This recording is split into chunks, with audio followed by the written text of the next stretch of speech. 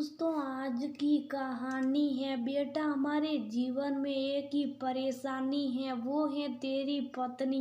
दोस्तों, कहानी शुरू करने से पहले अगर हमारे चैनल को सब्सक्राइब नहीं किया हो तो कर लीजिए ताकि आपके पास पहुंचे हर नया वीडियो। सुनिए जी, मुझे लगता है आपका ये फैसला माँ जी को बिल्कुल पसंद नहीं आएगा। कुछ फैसले अचानक ही लिए जाते और मैंने जो तय कर लिया तो अब मैं इसे नहीं बदलूंगा। चाहे कोई कुछ भी कहे, तुमने मेरे लिए क्या नहीं किया, मैं बस तुम्हें थोड़ा सम्मान देना चाहता हूँ। इसमें किसी को कोई परेशानी नहीं होनी चाहिए। विभोर दृढ़ निश्चय करते हुए बोला। दोनों पति पत्नी बातें ही कर रहे थे कि अचानक घर के बाहर से चिल्लाने की आवाजें आने लगी। दोनों दरवाजे की तरफ भागे। अरे माँ, पिताजी, दीदी, आप सब लोग आगे। हाँ, आगे। और सब देख भी लिया। छोटा भाई विवेक, तू न कर बोला। क्या हुआ माँ? सफर में कोई परेशानी हुई? विभोर हैरान होते हुए पूछने लगा। अरे परेशानी तो एक ही, हमारे जीवन में तेरी पत्नी, हमारी बड़ी बहू सुमन जी। माता फिरते हुए बोली। सनिया चुपचाप खड़ी सोच रही थी। मुझे पूरा यकीन था सासू माँ घर के बाहरी हंगामा कर देगी और वही हुआ। विभोर बेटा, ये क्या? आज तक हमारे खानदान में ऐसा किसी ने नहीं किया। जी आप तो चुप ही रहो। ये सब बहू का क्या धरा, जाने क्या पट्टी पढ़ाई है मेरे लल्ला को, जो इसके पल्लू से ऐसा बंध गया कि माँ की ममता छोटी पड़ गई। मगर मंच के आंसू पूछते हुए सास सुमन बोली। माँ, सही से बताओ बात क्या? और पहले अंदर चलो, आज पड़ोस के लोग देख रहे, मेरे क्या इज्जत रह जाएगी। बूढ़ी माँ घर के बाहर बिलक रही हैं, लगभग खींचते हुए विभोर उन्हें अंदर ले गया। विभोर और सनिया शहर में अपना खुद का घर बनाए, उसी के गृह प्रवेश की पूजा के लिए घर वाले कस्बे से यहाँ आए हैं।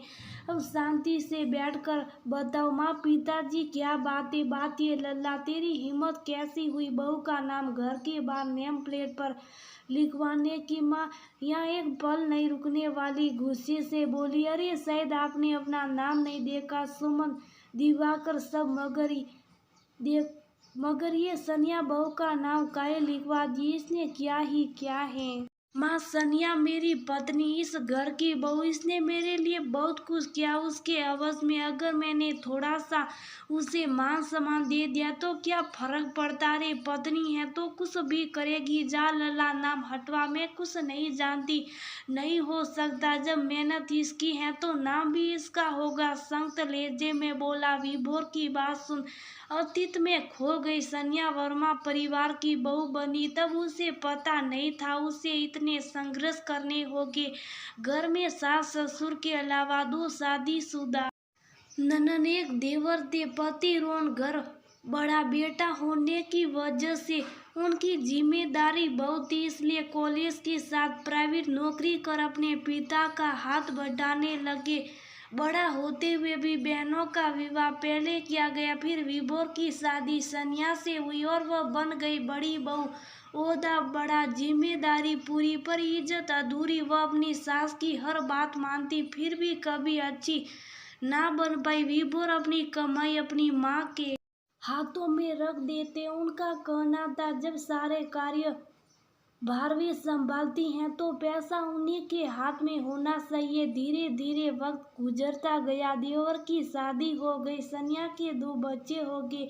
बच्चे होने के बाद खर्चे बढ़ती चले गए, जिसके लिए पैसा अपनी सास से मांगना पड़ता। मगर जरूरतों के साथ साथ बच्चों की फरमाइश, स्कूल, ट्यूशन फीस, अन्य खर्चों के लिए भी सास के आगे गिड़गिड़ाना पड़ता। तो कभी कभी सास बहू के बीच बहस भी हो जाती थी। तब जाकर कहीं कुछ पैसे हाथ लगते। साथ में सुमन जी हर वक्त तानों की बरसात करती।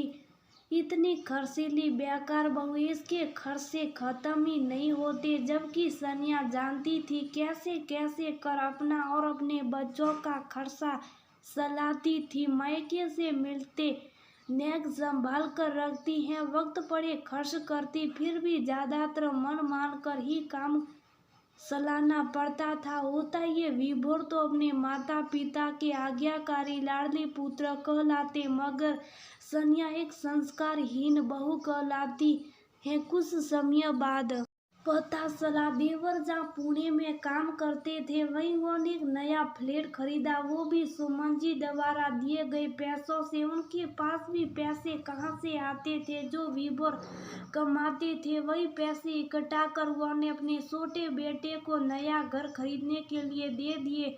आगे हद तब हो गई जब उन लोगों ने बड़े भाई भाभी को गृह प्रवेश तक में नहीं बुलाया। घर से सिर्फ सास ससुर दोनों ननद पहुंची।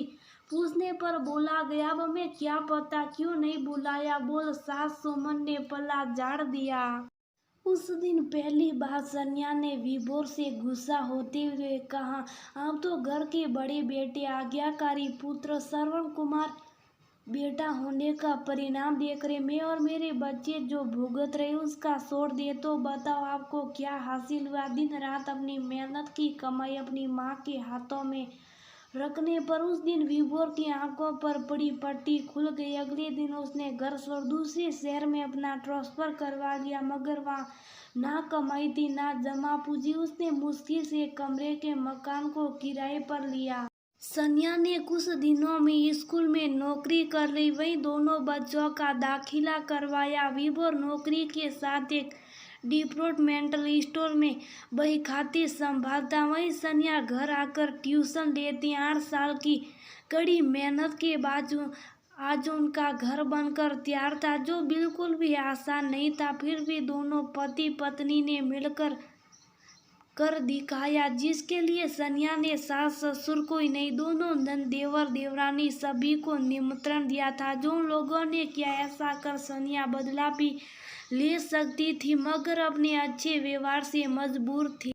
भाई आप सुन रहे या बहरे हो गया, दोनों बहनें जोर से सिलाई, जिसे सुन सनिया भी वर्तमान में लौटी। माँ दीदी लोग, एक बात आप सब अच्छे से समझ लो, एक बार में माँ पिताजी का नाम हटवा सकता, मगर सनिया का नाम कभी नहीं हटेगा। सुमन जी को काटो तो खुद एक बार फिर आखिरी कोशिश करती है। मेरा बेटा होकर पराई का पक्ष ले रहा, लगता ही नहीं तू मेरा बेटा है।